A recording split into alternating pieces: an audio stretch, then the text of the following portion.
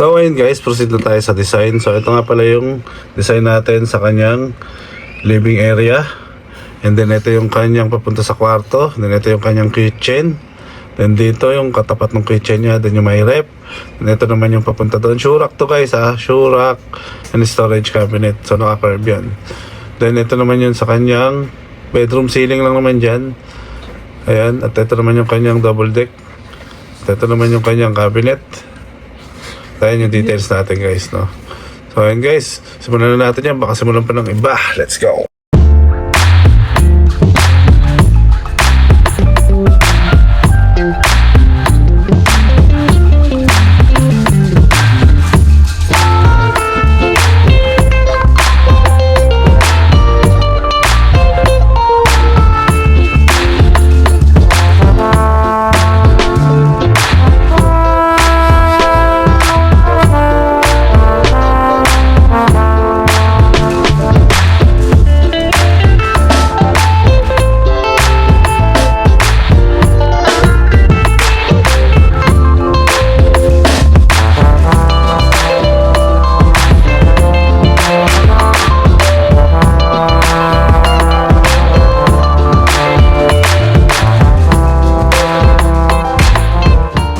Ginagawa na rin natin.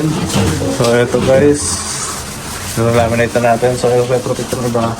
So ito rin kasi hindi pa kasya yung rep. So iwasap natin yan. Move natin forward dito. So makita nyan after. So dito sa laundry, wala naman tayo gagawin dyan. Painting lang. So dito, molding tayo dyan. Ito, accent wall. Cladding. Yan yung ceiling natin. Yan, medyo may ilaw na tayo dyan. Ongoing pa rin siya. So ito yung ating cladding niya. Ito yung mock-up natin. So combination ng rose, gold, and taupe light na kulay ng laminate. Yung ceiling natin, magnetic light yung ginamit natin. Tingnan tayong cove light. Yung kabilang gilid. Ongoing na rin yung painting natin dyan.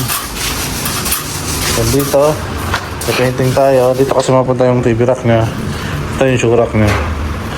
Then dito, meron tayo ditong, wala tayong ceiling dito, pero meron tayo ditong double deck. So isang solid na double deck dyan hanggang ceiling. Then dito, meron din tayong ceiling works dito. Yan. Ayun, magnetic light din yung ginamit natin dyan. Yan. Yan yung cove light natin. Ang gawin na rin yung painting natin dyan.